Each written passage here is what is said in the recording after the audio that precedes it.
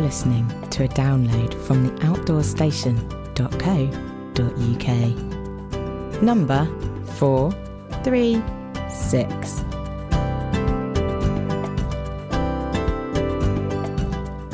Hello and welcome back to part 3 of this 8-part series, which covers my April 2017 120-mile walk on Devon's coast to coast, the Two Moors Way, from Wembury in the south, across Dartmoor and Exmoor to Lynmouth in the north.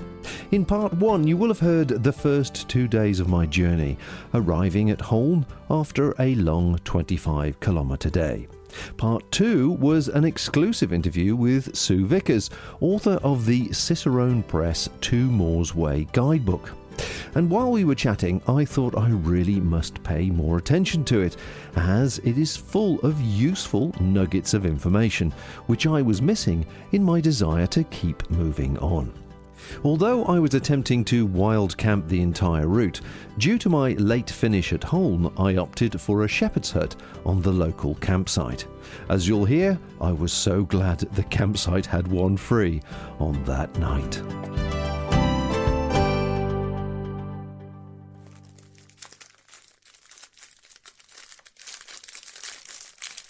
Well, it's just gone 6:30 a.m. and I've just been outside to use the facilities.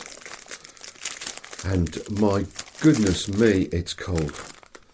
I have lost all the guilt I felt about staying in a shepherd's hut. I was even cold in here last night, and this is one of those heavily insulated things, and I put my insulated clothing on.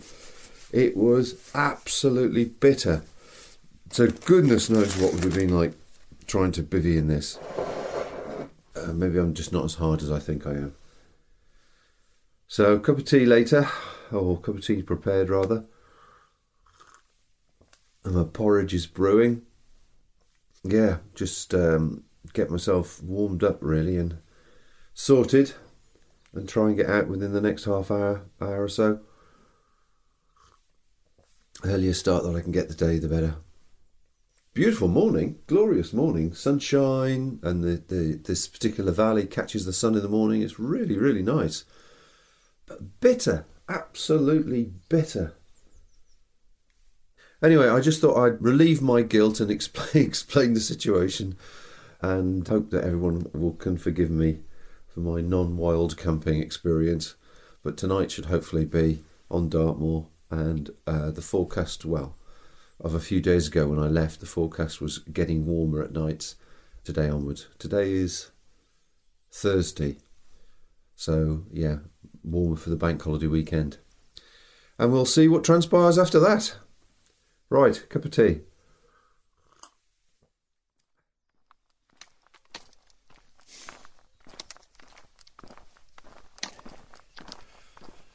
Well, it's 8:15 now, slightly later than I anticipated, but I've just walked from the campsite back into the village of Holne, and I can tell I feel restored, because that climb didn't seem anywhere near as significant as it looked when I went down there yesterday.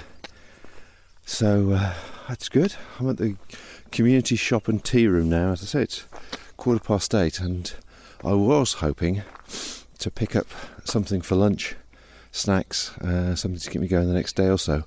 But unfortunately it doesn't open till 11 till 5, free Wi-Fi and a few other bits and bobs. Hot food served from 11 o'clock. Sounds lovely, but unfortunately not really conducive to where I am at the moment. Campsite was good. Typical, if you like, farmer that turned something into a campsite. Could do with a little bit of polish around the edges, but certainly everything there works, and it was good to just have a warm base last night to rest, although it was bitter even inside the shepherd's hut, so goodness knows what it was like outside. And certainly passing some of these houses and the communities around the South Devon area, you really are isolated out here, so the sense of community must be really strong to keep everybody's spirits up and enjoy the tranquility of the place, I guess. But you certainly need a car, so I haven't seen any older people at all, but I do hope they're being looked after by their neighbours, which I'm sure they are. So as I say, I'm back at the tea room, so let's keep going to the pub, which is closed, unfortunately. Sometimes you get a decent breakfast with the pub. Nice stream running through the middle of the village. And rush hour is now approaching.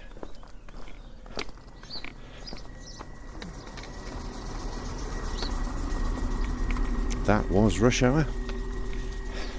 A dutiful mum dropping her kids off at play school, by the looks of it. A play school in the local community hall, which is nice. But yes, I'm finally back on course now. 8:15. Better find my way out of here and pay a little bit more attention to the guidebook. I think I've been making the schoolboy error of making too many assumptions, and I wasn't paying attention yesterday on Dartmoor, which was remiss of me.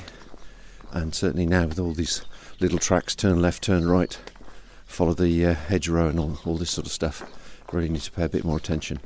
So sort of skirting around the edges of Dartmoor and then going back on it proper, presumably in an hour or so's time. So get past the pub and the telephone box and pick up the trail.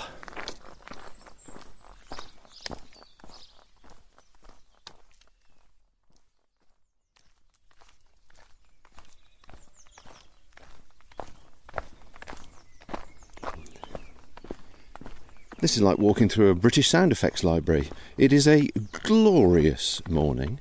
We've got the early birds singing to keep me company along the way. I have the sheep bleating with their newborn lambs. I've just passed another lovely field side of bluebells and wild garlic. And now I'm off the road from home and actually on the track. I've walking through this corridor of sycamores and chestnuts down a long sloping bank which has not long had the frost removed by the sunshine. I have to say, this is England at its best. Things may change, of course, and spirits may dampen, but we are blessed to be able to walk in places like this.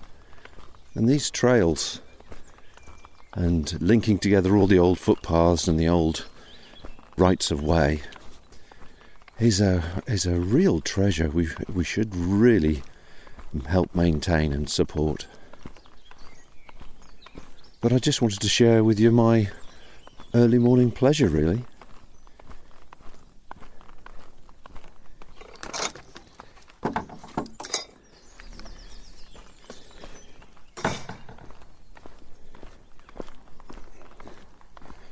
I think I've caught it right. This is the right time of year to do this walk. I think autumn would be equally beautiful, but in a complete different palette of colours.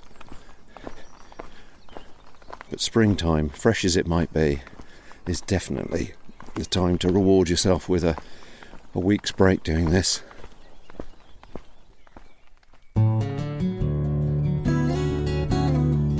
Find out how easy it is to subscribe to all our free programmes. Visit our website at theoutdoorstation.co.uk or look us up on Facebook.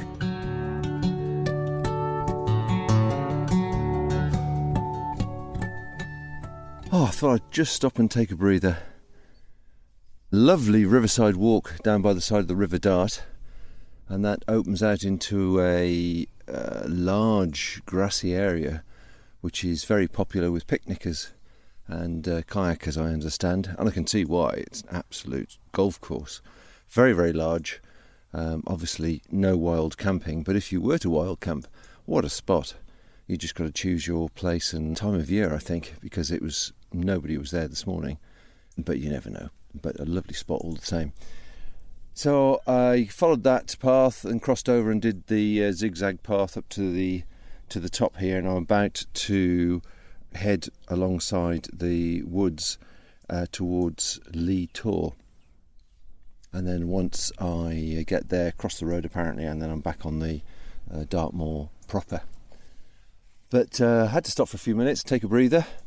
Realised this morning I made a mistake last night when I called into the coffee shop to have a cup of tea and just rest for a bit. I really should have bought some food for today. I've got a few bars and half-empty packet of sweets. And obviously I've got food which needs cooking, which is fine if obviously the weather's good to sit and do that and not too cold. Yeah, I'm kicking myself really. I should have bought some sandwiches or some scones or anything really, just to see me through today and possibly tomorrow. Speaking to Sue yesterday, I just realised how infrequent the food stops are going to be. And although I did bring 5 big meals with me and 5 lunches, as it were, things like couscous or cup of soup and that type of thing, they obviously all require cooking, and that relies on the weather and location for obvious reasons. So munchies, as it were, are going to be in short supply, and there are a few pubs dotted along the way, but they're sort of a mile or whatever off the actual beaten track, which is not what you're looking forward to when you're obviously a bit tired. Anyway, as you can hear, I've got my breath back now, and a lovely morning still, glorious, absolutely glorious. Majority blue skies, I've got the suntan cream on, still a very cold wind, but I'm down to a t-shirt, which is fine. Just allows me to breathe and get rid of the perspiration a little bit. So I'm heading off to Lee Tor, and we will pick up a bit later on.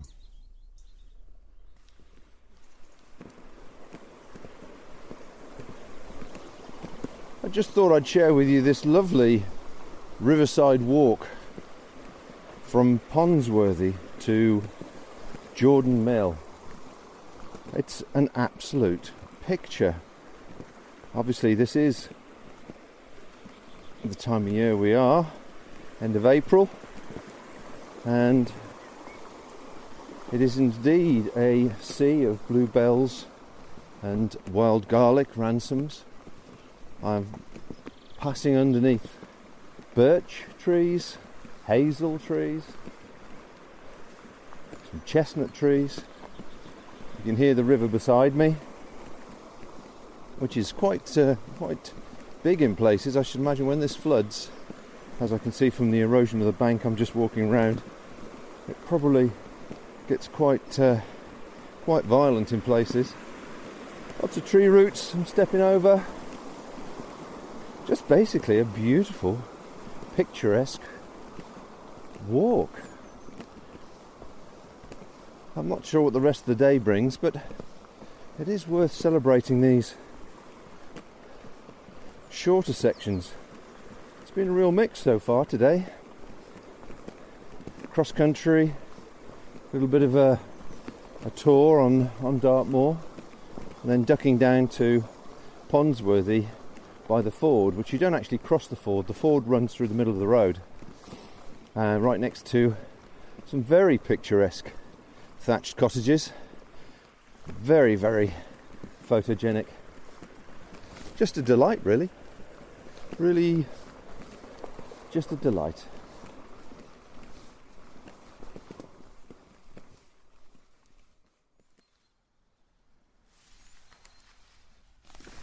I've just stopped for a few minutes to just gather my thoughts before I leave this riverside walk at Jordan.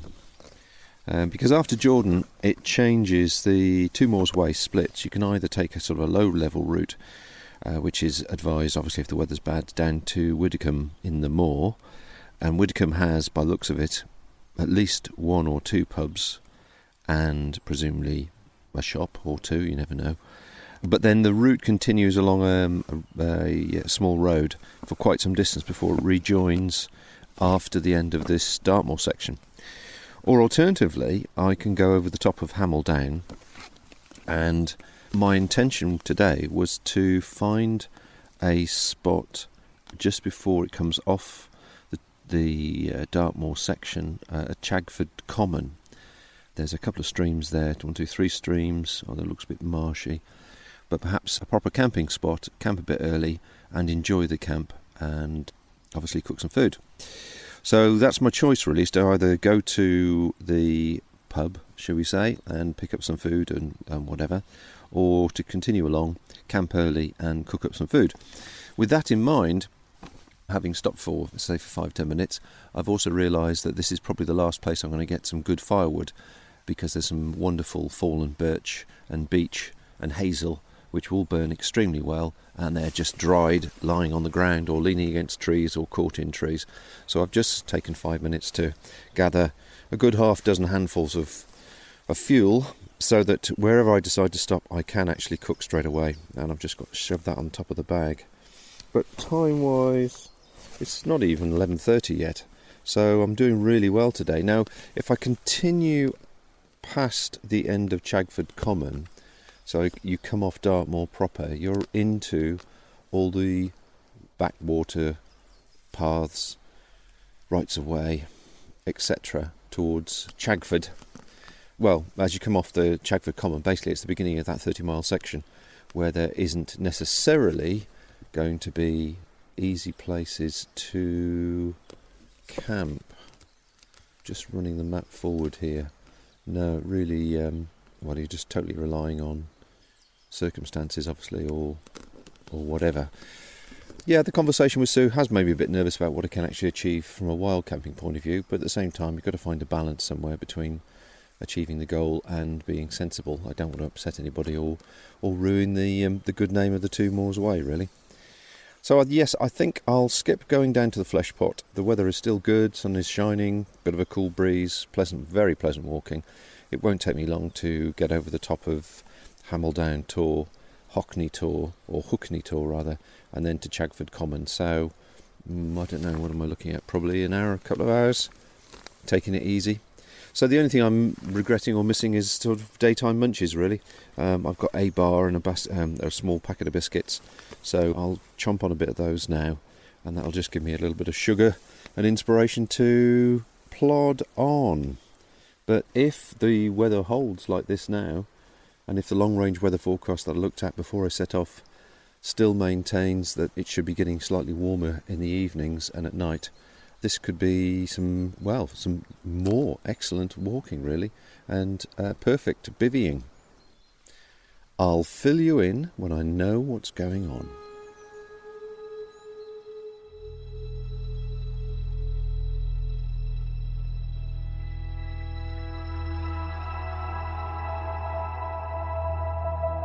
After leaving Jordan, the trail continues across a few more fields before once again heading up onto Dartmoor and Hameldown Tor. At the top of the Tor, you can get a good look at the 4-acre Bronze Age settlement below at Grimspound, thought by many to be Dartmoor's finest prehistoric site. Grimspound dates from around 1300 BC. The wide and possibly double enclosure wall once held 24 buildings, mainly hut circles or roundhouses. Entry from the Hameldown Tor side is via a large paved gateway.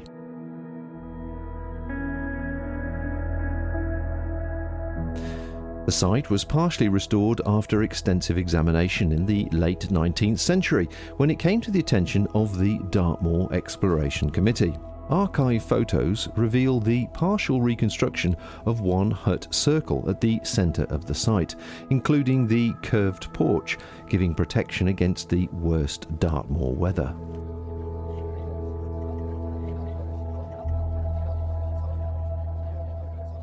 I stopped for a while to take photos and some video, and I was going to record a piece there, but that bitter wind dissuaded me once again. It also made me wonder at the nature and strength of character of the people that built this place and lived here.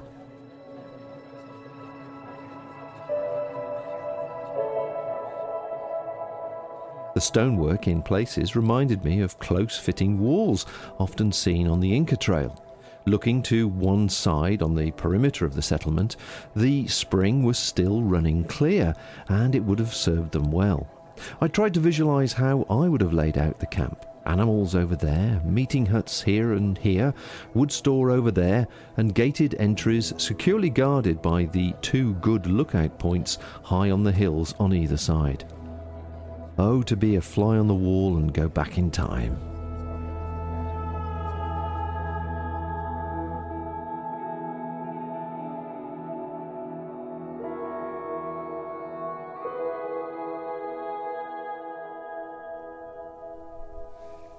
Well, I've reached the top of Hameldown Beacon. It's just gone 1 o'clock, I've just had a 5-minute rest, and from here I can see the sea where I came from at Wembury in the distance, and I can see the route ahead of me now across to Chagford Common.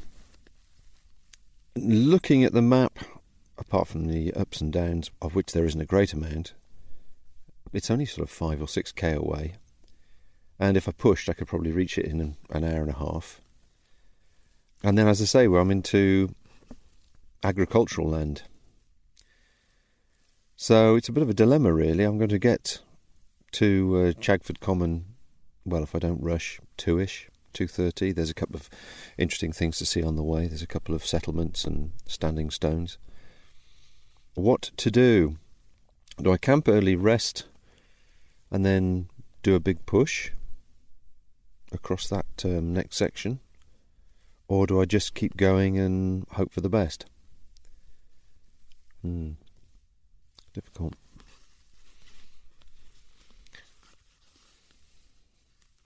The map that I picked up shows, well, it obviously shows sort of pubs and parking and the occasional campsite, but there's nothing much really on this particular route. As Sue quite rightly says, there's a marketplace here for somebody who wants to open up a campsite. Anyway, I just thought I'd touch base. As I say, just gone 1 o'clock. Just had a munchie and a lie down for 10 minutes. Have a bit of a rest. I've only got, the ascents we're talking about from here, only sort of 40-50 metres ascent, and similar descents about 1, 2, 3, 4 times perhaps. So it's going to be a steady plod really. Weather's still holding. It's not as good as it was as regards the sun out all the time. There's low cloud now scattered across the tors, but there's occasional patches of blue, and I thought it was about to rain, but I've been very lucky from that point of view. And certainly the journey would be quite different really if I had to cope with rain. I have to say, a few places it could have been quite boggy, but on the whole, not really tough, just inconvenient. As I say, there's my skylark. Great. Had a couple of skylarks following me up here. It's been lovely. And I heard my first cuckoo of spring, just before I started the climb as well, which was nice. And I also saw a handful of foals, and one real newborn foal with the mountain ponies, with the Dartmoor ponies. So I stopped and took a bit of a video with them. And they let me get surprisingly close, actually, which surprised me. Anyway, a little bit of introspection there, and that's about it, really. The other thing I was going to say was I haven't met anybody. I haven't seen anybody. Yesterday I saw the most people, and that was 4 mountain bikers. And 3 guys who were walking across the top of Dartmoor. But I just haven't seen anybody. There's nobody to talk to and engage in conversation at all. The occasional dog walker, but that's in the distance. And when I passed the car park, 1 or 2 people have got out the car, walked to the edge of the car park, gone, it's far too cold, and got back in again. So there's not really been anybody to engage with, which has been a little bit solitary to say the least. But not to worry, I shall pack up now and get going, and we'll see how long it takes me to get to Chagford Common. And then perhaps I'll pick up again then when I've made a decision, or I've not made a decision, depending what the case may be.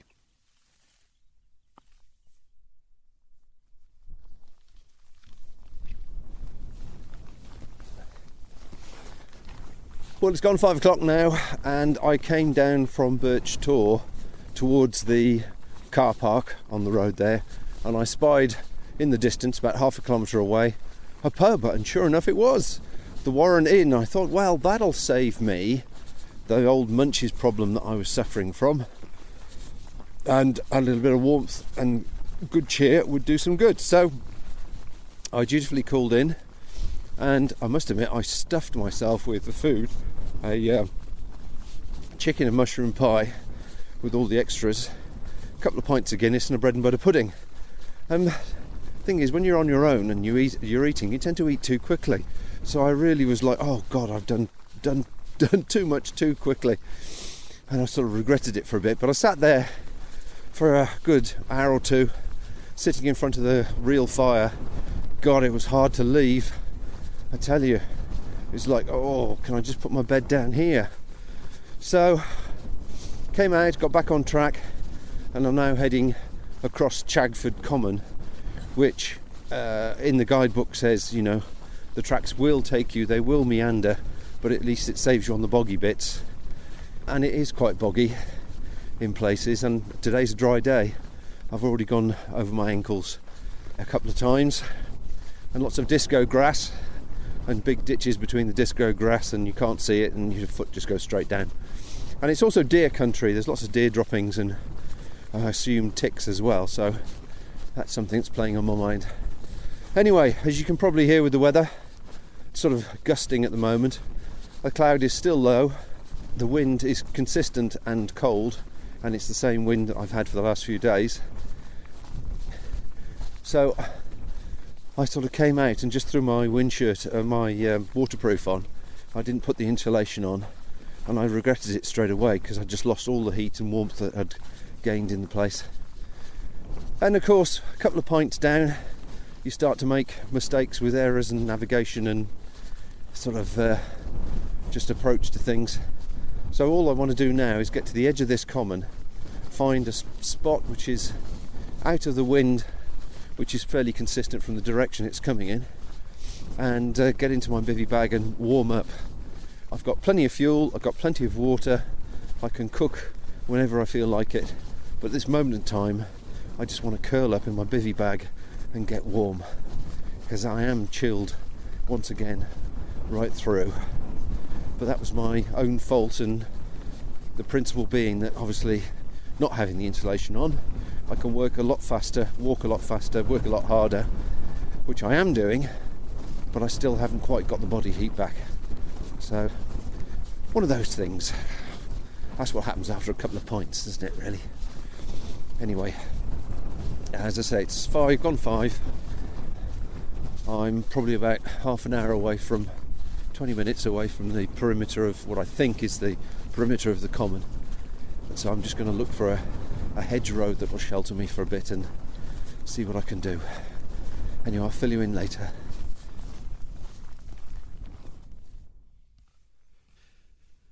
Well, listeners, I'm pleased to say that after about half an hour after my previous recording, where I was staggering, to say the least, to try and get across this disco grass and boggy common area on Chagford Common, I finally found a nice pitch down by a stream, slightly out of the wind, not as out of the wind as I'd like it, but it's obviously where deer and sheep come to drink and gather, looking at the droppings. But beggars can't be choosers. It's almost the last spot before the Dartmoor, as it were, comes to an end. And I'm quite pleased with myself, actually. I've got the tarp set up. I'm lying on my bivvy bag. I've got everything all sorted and ready to, well, just, packed, as it were, so that if I need to move, I can move. But ideally, I won't need to. And if it rains during the night, everything's packed and will be dry anyway. So unless the wind really changes direction or really picks up power, I am sorted, and I'm feeling very pleased with myself and the world. The time is, just gone 6, so everything is good. And so, consequently, the visit to the Warren Inn wasn't necessarily such a bad thing. It did lift my spirits and give me some sustenance, which is great. And it now gives me time, there's plenty of lights now, it now gives me time to have a doze, consider my route options, how far I'm going to attempt to go, etc. over the next day or so, and get some food, or more food into me. Mind you, I'm still stuffed from that chicken and mushroom pie. It was enormous. So I probably just have my stuff ready in case I feel like a brew or something before I finally bed down tonight, just so I keep the old engine warm, as it were. But otherwise, end of a good day, actually. And apart from that bitter cold wind, which is just consistent all the way along, really, nothing has really come as a great surprise, apart from the fact that I've just not seen anybody. Even now, I've crossed the area that I have. I've only saw those other 3 guys that were just out for a day walk the other day. The Warren Inn surprised me. They'd never heard of the Two Moors Way, and there they are, virtually right on the doorstep. And they showed an immense amount of enthusiastic non-interest when I told them about it. But that's what you get when you're in a place where it's going to get a lot of passing trade, I guess. because they are actually what's the second highest pub in the UK apparently. And obviously being on Dartmoor, it's an afternoon jaunt, afternoon trip out, but not somewhere you go in the evening because it's a little bit out in the wilds. Well, on that note, I don't think there's going to be anything else I'm going to add to today or tonight, so I will pick this up again tomorrow. Well, that brings my 21.5 kilometre or 13.5 mile day 3 to an end. The total ascent was just under 800 metres and descent 546. With my stomach still full from the Warren Inn, I turned in for an early night, and with the fresh air, rosy cheeks and images of ancients who once lived on Dartmoor running through my mind, I slept like a log.